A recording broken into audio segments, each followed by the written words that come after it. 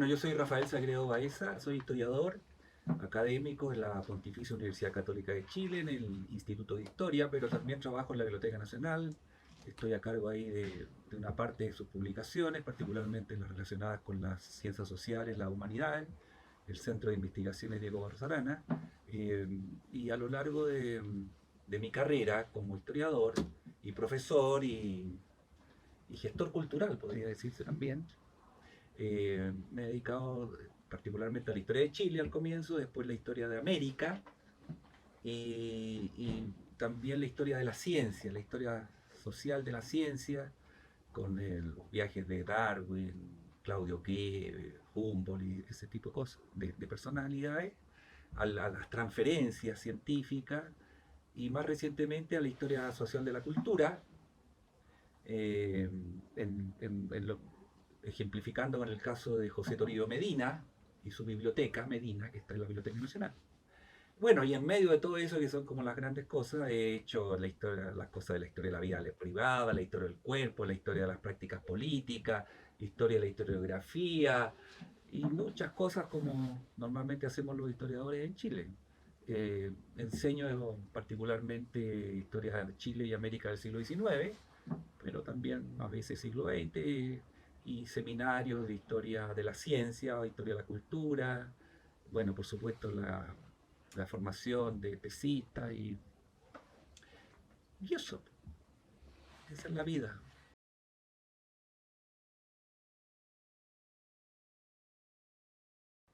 Bueno, yo pienso que en el Chile de hoy, en el mundo de hoy que tiene una clara conciencia sobre los derechos humanos, que tiene, o yo creo que tiene, o espero que tenga una clara conciencia sobre el valor de la convivencia pacífica. Entonces, la conmemoración del golpe debería ser considerada una oportunidad para relevar precisamente el hecho que hoy día, en medio de una crisis tan profunda como la que hemos estado viviendo y todavía seguimos viviendo, creo yo, seamos capaces de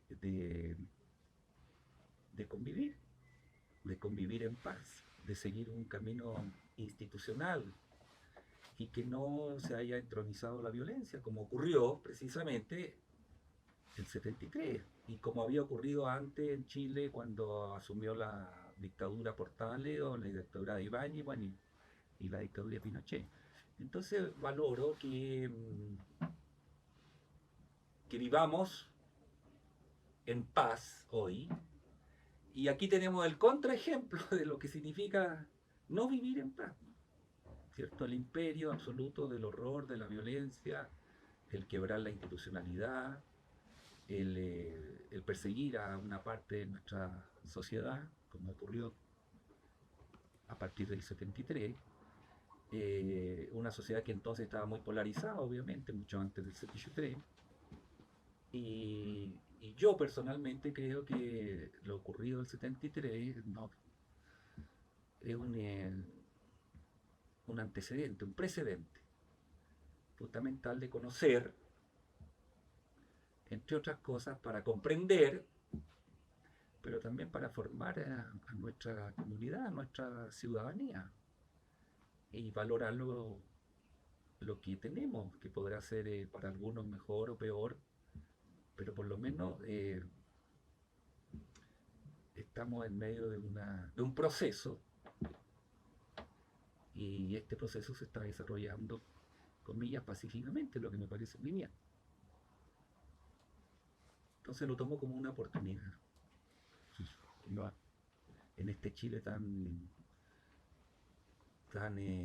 convulso por algunos aspectos, tan insatisfecho por otros, tan crítico, tan heterogéneo, tan diverso, y eso todo está, a mi juicio, muy bien. Pero eso nos debería llevar también a valorar que seamos capaces de expresarnos de esta manera, cuando en otros momentos críticos eso no fue posible. Y el caso paradigmático, obvio, es el golpe militar del 11 de septiembre del 73.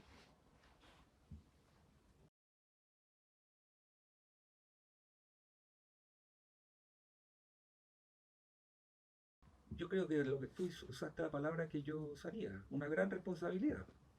La historia, ¿cuál es el objetivo de la historia? Es explicar, es comprender, es analizar, es interpretar, es formar el pensamiento crítico.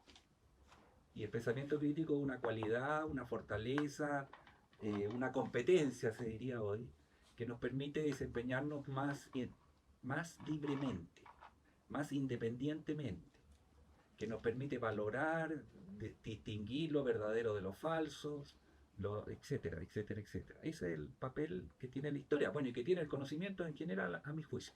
Ahora, todo esto aplicado al golpe, una grande responsabilidad de tratar de explicar cómo una sociedad llega a una situación como esa. ¿Qué factores inciden? ¿Qué, qué causas? ¿Qué antecedentes mediatos e inmediatos? Sobre todo en un país que entonces, y hasta el día de hoy, presumía de ser una excepción absoluta en América Latina, por lo menos, ¿no? Una trayectoria institucional y aparentemente impecable, que todos sabemos que no es así. ¿Ah? Esta democracia ideal, que quizás jamás existió, era más una aspiración. Eh, entonces ya partamos por eso. Yo mismo, en algunos textos por ahí, he tratado de mostrar que habíamos tenido quiebres de la institucionalidad. He tratado de explicar que en Chile también muchas veces se ha sacrificado la libertad por el orden y la estabilidad, aceptando al hombre fuerte, al dictador, ¿no? Entonces una gran responsabilidad de mostrar esa época de nuestra historia, de explicarla, y de explicarla de una manera que sea plausible, o sea, y desde la historia, aprovechando los vestigios, las fuentes, etcétera. De no confundir lo que es historia con memoria, porque la memoria, por supuesto, es muy importante, pero es una fuente de la historia y no es lo mismo que la historia. ¿Ah? De hacer una historia que trate de explicar, y no solo de condenar, juzgar, reivindicar, etcétera. Eh, Demostrar que cada época tiene un contexto. Y por supuesto, desde mi punto de vista, sin perjuicio de eso, y ya que vivimos en este siglo y en este momento, de condenar absolutamente la violencia, de condenar el quiebre de la institucionalidad, de mostrar, algo que para mí es fundamental, que el golpe no fue inevitable, como muchos pretenden hacerlo presente. O sea, se pudo haber evitado, claro, se evitó, pero no fue un destino así que nos llevaba irremediablemente al golpe. O sea, hubo personas, hubo grupos, hubo instituciones, hubo contextos, hubo antecedentes que promovieron el golpe. Y así como hubo otros, poco estudiados, que trataron de evitarlo. ¿Sí? Que trataron de evitarlo. Y yo creo que también hay que atender a esos grupos, a esos sectores, a esas personalidades, porque eso te permite tener una visión general del asunto, pero sobre todo te permite desde el hoy, desde el presente que vivimos, comprender que no fue una fatalidad lo que nos llevó ahí. ¿Ah? Que no es algo que estaba escrito ahí, que fatalmente íbamos a llegar a eso. Entonces digo, una gran responsabilidad de hacer una historia de calidad, una historia basada en nuestros métodos, con las preguntas de la sociedad, del mundo de hoy, obvio, Ana, que son los que nos van a permitir ampliar la comprensión sobre el golpe militar. Distinguir claramente, a mi juicio, lo que pueden ser las razones del golpe, el golpe mismo, de las consecuencias que es una dictadura. ¿Ah? Condenable absolutamente, por supuesto, tanto como el golpe, en la medida en que condenamos los quiebres institucionales, en que condenamos el imperio de la violencia, del horror y todo lo que eso conlleva, ¿no? Eh, de hacer historia de calidad.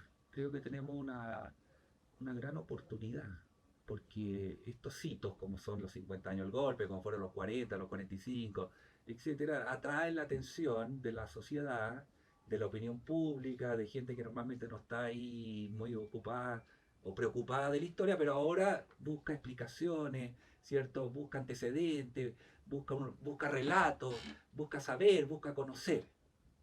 Y sobre el tema, claro, ha estado centrado fundamentalmente en las memorias, en los testimonios, eh, eh, y todavía falta mucho por comprender los diversos aspectos de la vida de una ciudad, de un país, de una comunidad, que hacen que una sociedad aparentemente tan pacífica, tan democrática, de la noche a la mañana aparentemente cae en una violencia desconocida para todos, francamente, ¿no? Entonces algo no funciona. Nosotros, digo nosotros, cuando hicimos la historia de la vida privada, 3 volúmenes, en donde participan historiadores de todo Chile, no solo de Chile, y muy variados, y de regiones.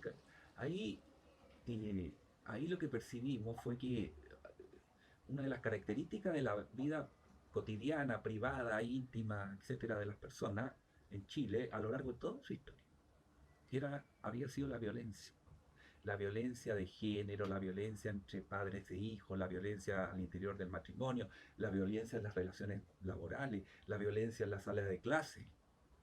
Y entonces concluimos en el tomo tercero, en la introducción, que esa violencia que es estructural, que había estado ahí latente siempre y que la gente vivía en su cotidianidad, bueno, el golpe significó que eso afloró ahora a lo público, ¿no?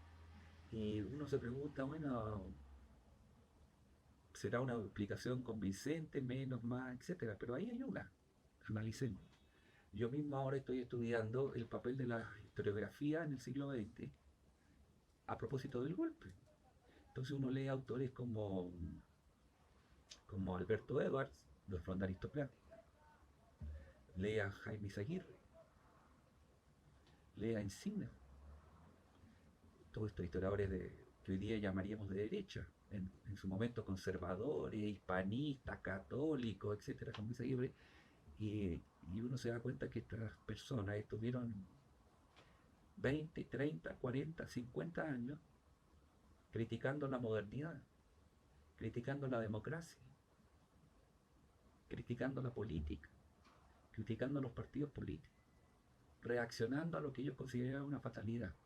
Así como hubo otros como los historiadores marxistas, como Llobet, Ramírez Necochea, Vitale, Marcelo Segal, pero quedémonos con Llobet, el ensayo crítico sobre el desarrollo económico y social de Chile, que tuvo 30 o más años diciendo que lo que había en Chile no era una democracia, que era una democracia solo formal, una cosa cosmética, y que había que hacer la revolución. Y entonces después tenemos el golpe. Entonces yo puedo sostener con cierta con convicción, porque ahí están las fuentes, que la historiografía, o parte de la historiografía, o una parte importante de la historiografía, tanto de derecha como de izquierda, la verdad es que lo que hizo durante un tiempo, casi medio siglo, fue corroer la institucionalidad democrática, que tendría muchos defectos, pero era finalmente democracia. Tanto es así, por dar un ejemplo, que Llobet, que sobrevivió al golpe, después escribe un texto que se llama Despedida Melancólica, donde ahora echaba de menos todo lo que había concluido, ha sido arrasado por la dictadura, ¿no? Pero ya era. Entonces, te quiero decir, tenemos una responsabilidad de mostrar una historia o de hacer una historia comprensiva, plausible y que no esté en lo posible condicionada por nuestra ideología, por un objetivo político, como si lo tuvieron un Edward, un Izaguirre y todo, ¿no? Claro. Con, con, con las consecuencias que conocemos. Por supuesto, no estoy diciendo que esa sea la causa del golpe, pero si nosotros queremos comprender cómo un país, una comunidad llega a eso, tenemos que analizar todos los factores. Acaba de salir un libro de Marcelo Casal sobre el comportamiento de la clase media antes y después del golpe y cómo este factor fue fundamental. Bueno, ese libro hasta ese libro no teníamos una visión de eso. Ahora tenemos una visión comprensiva, un conocimiento nuevo, un aporte que nos permite ir comprendiendo mejor. Y en la medida en que sabemos por qué llegamos a eso, bueno, tenemos en el presente que leyendo eso No digo que no vamos a repetir la historia, porque todos sabemos que la historia, así como sirve, puede ser también olvidada, pero sí tenemos antecedentes, precedentes que nos permiten comportarnos en esta sociedad, valorando, no sé, pues la convivencia, la paz, la institucionalidad, la empatía, el respeto. Y si a eso le agregamos el mundo, la globalización y la conciencia universal sobre la necesidad de respetar los derechos humanos, valorar la diversidad y la heterogeneidad, bueno, yo creo que que algo avanzamos, ¿no? ¿Hacia qué? No hacia un copia feliz del Edén o el asilo contra la opresión, avanzamos en nuestra convivencia, sencillamente, como comunidad.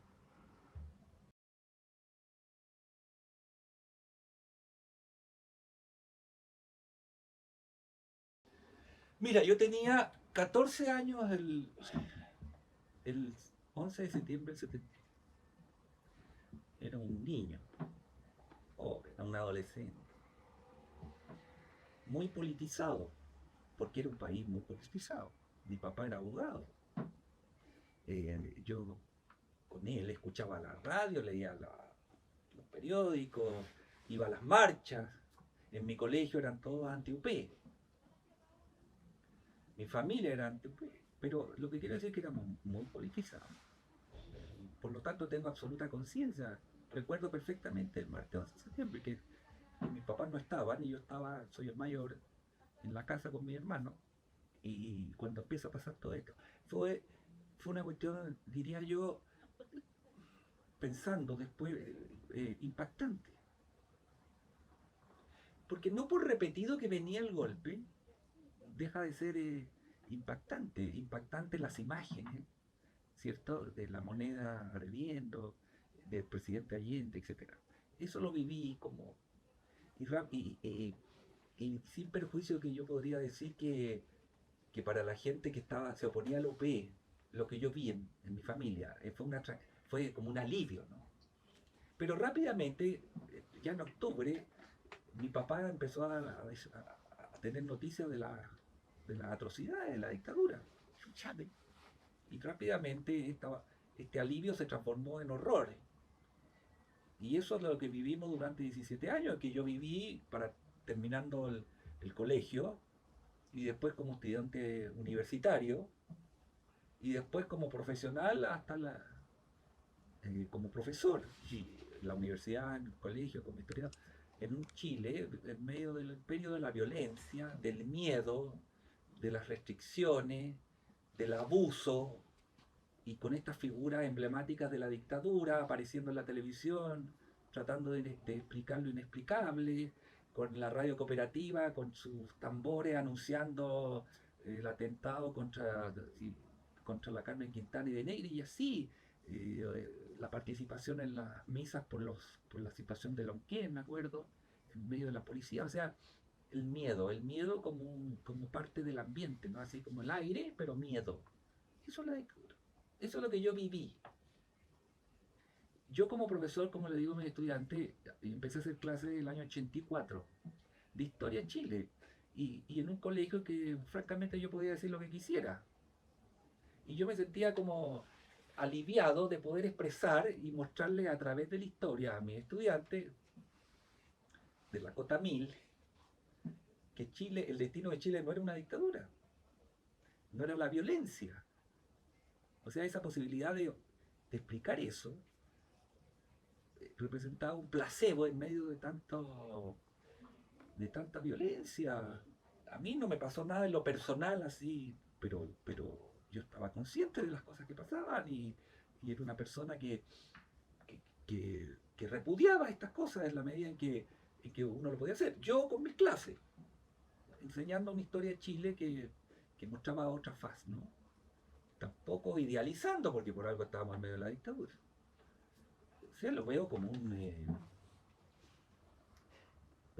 mira, hoy día lo veo casi más grave de lo que lo sentía hasta hace un par de años atrás. Entre otras cosas, porque creo que esta crítica total y absoluta que hay a estos últimos 30 años es tan injusta en muchos aspectos porque no se conoce lo que vivimos.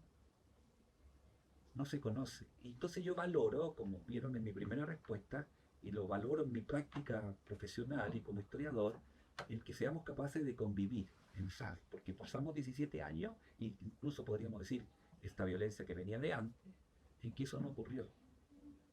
Y me alegro que mis hijos, mis nietos, los jóvenes hoy día tengan estas posibilidades que yo como joven quizás no tuve. Nosotros igual fundamos revistas, marchábamos, pero estábamos en medio de una dictadura, que para otros fue cosa terrible, ¿no? Peor. Entonces, por eso veo esto como una oportunidad. En el Chile convulso que vivimos, por los cambios que estamos tratando de encauzar, ¿no? De esta adecuación de la institucionalidad, todo este desarrollo de los últimos 30, 35 años, eh, que lo podamos hacer en medio de la convivencia pacífica, yo eso lo valoro mucho, mucho. Y todo lo que estamos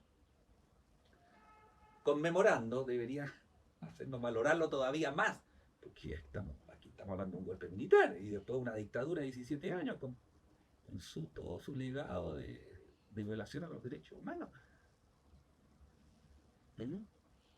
Entonces no logro entender, o me cuesta entender que haya personas que crean que la salida es cualquier cosa menos esta conversación, esta convivencia, ¿no? En esas salidas que son la violencia, ¿no? La historia muestra que los que más salen perjudicados son los más débiles, ¿no? Los más sencillos, para no decir que toda la sociedad, por supuesto, pero ya lo viví.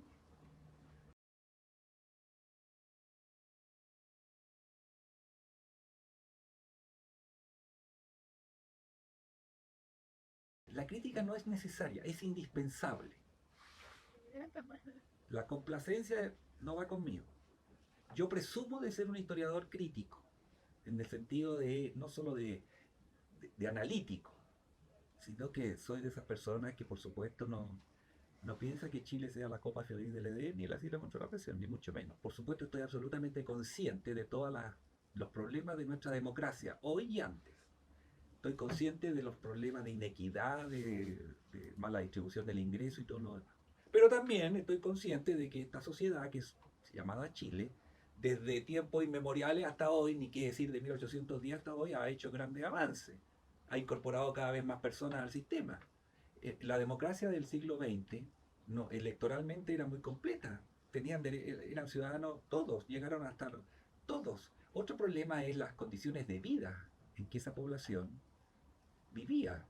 La mayoría, o mucho, o la mitad, qué sé yo, en condiciones paupérrimas, bajo la línea de la pobreza, como se diría hoy. Pero tenían derecho a voto. Y era un sistema electoral limpio. No, ya no era el del siglo XIX, con prevoto, el cohecho, no, etcétera. Dicho eso, uno de los problemas por la cual el golpe se produce es porque la sociedad pierde la confianza en la democracia. Todos pierden. La derecha, porque esta se le sentía amenazada y antes que saliera Allende ya había perdido la confianza en el sistema por solo hecho que ganara Allende. La izquierda nunca la había tenido a la luz de estos autores, porque para ellos esta democracia no era tal. ¿Ah? Y el centro, que había sustentado el sistema, la pierde también porque se ve amenazado por las reivindicaciones populares a las cuales supuestamente el gobierno de Lupe iba a dar respuesta. O sea, ¿quién confiaba en la democracia en 1973? ¿O quién veía la democracia como la superior? O sea, casi nadie. Entonces ahí tenemos una explicación. Ahora, a lo que me interesa a mí estudiar es por qué perdemos la confianza en la democracia. Esto es muy importante porque hoy día vivimos un fenómeno, no digo igual, pero en donde los populismos, ¿cierto? Todos estos hombres providenciales, etcétera, se aprovechan también de que la gente enfrenta a la incertidumbre, a la crisis de seguridad y todo, se entrega en estos verdaderos gurús y sacrifica precisamente la democracia, ¿no? Vamos a explicar esto. Para mí, como historiador, me ha interesado algo que yo he visto que nadie ha abordado, que es el papel de los historiadores en esto. Y yo lo que investigo y lo que descubro es como ellos, partiendo por Edwards, Alberto Edwards, es un profeta de la dictadura en Chile. Profeta de la dictadura. ¿De cuál dictadura? De la de Ibáñez, por supuesto, a la cual él apoya y la fronda es cierto, es su forma de expresar él. Pero lo que dice Edwards se aplica al resto de la historia de Chile. Y se aplica hasta el día de hoy. El ensayo histórico, la fronda es lo más leído quizás por todo el mundo. Y ahí está el modelo del hombre fuerte necesario según él para las crisis. Eizaguirre, ya de niño, en el colegio escribe artículos diciendo que lo peor que le pudo pasar a la humanidad fue la modernidad que empezaría con la Revolución Francesa. Un hombre, un reaccionario, en verdad. Bueno, y ya te cité los demás. El ensayo crítico, que no es lo único, de Llobet. Entonces, una cosa es la crítica, bien, y otra cosa es el activismo político aprovechándose de la historia, deformando la historia. Yo separo esas cosas. Yo entiendo que hay historiadores que no lo hacen, bien por ellos, ellos verán. El público tomará sus decisiones.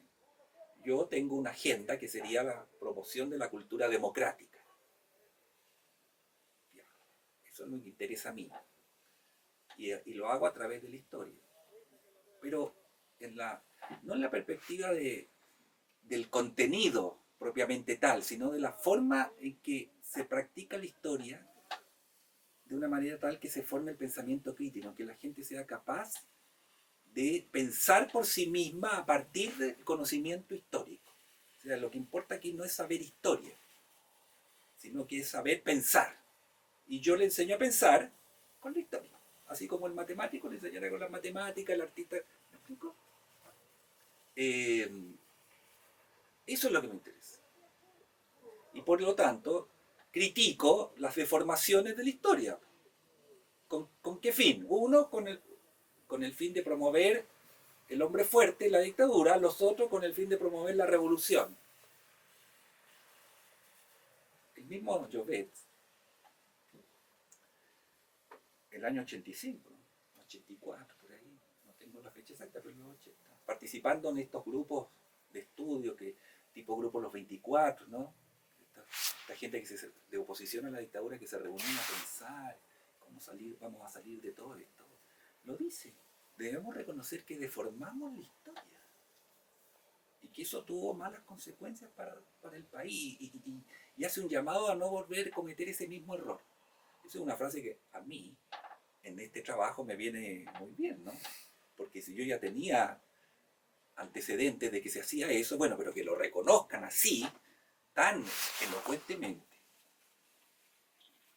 Entonces una cosa es la crítica, el reproche, las posiciones encontradas, obvio, legítimo. Yo no soy de los que piensa que Chile hoy día, 19 de mayo del 23, está al borde del colapso, de que estamos polarizados, que esas campañas de terror no las creo. O sea, yo veo que estamos conversando, veo que funciona el sistema, que ganará el que gane y tenemos que aceptar el resultado. ¿Qué vamos a hacer? ¿Vamos a aceptar el resultado solo cuando nos gusta quien gane? No.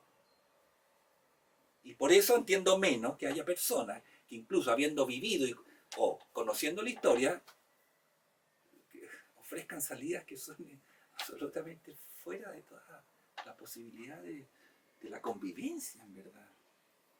¿Ah? Entonces separo de lo que entiendo en tu pregunta es legítimo tener posturas. Es legítimo. Pero yo soy historiador, no soy activista, pues. Ahora, si mi historia sirve para promover lo que yo pienso que debemos hacer como comunidad, que es una cultura democrática, bien. Si eso significa que las personas van a adquirir una capacidad que no tenían antes de leer un libro, mejor. Y si eso les va a servir para desempeñarse, desenvolverse en el mundo que les toca vivir y enfrentar los múltiples desafíos, oportunidades, mejor todavía. Porque para eso es la historia, esa es la gran virtud de la historia, ofrecer precedentes, antecedentes. No porque con eso va a evitar que pasen catástrofes o crisis, no, pero le va a servir a la persona para ser más libre, más independiente, más empática. La historia tiene esa función, entre otras cosas. Además tiene la función de que al ofrecer un precedente, supuestamente lograría facilitar la convivencia, cuando, particularmente en Chile, que es un país tan conservador, ¿no? Nunca ha pasado esto. Si cambiamos esto, saca... Bueno, y la historia te muestra que no, y así, se ha cambiado la constitución no sé cuántas veces. Se ha cambiado la bandera a otro par. Se han quitado y puesto monumentos. Entonces, la historia nos muestra que la vida sigue. ¡Viva!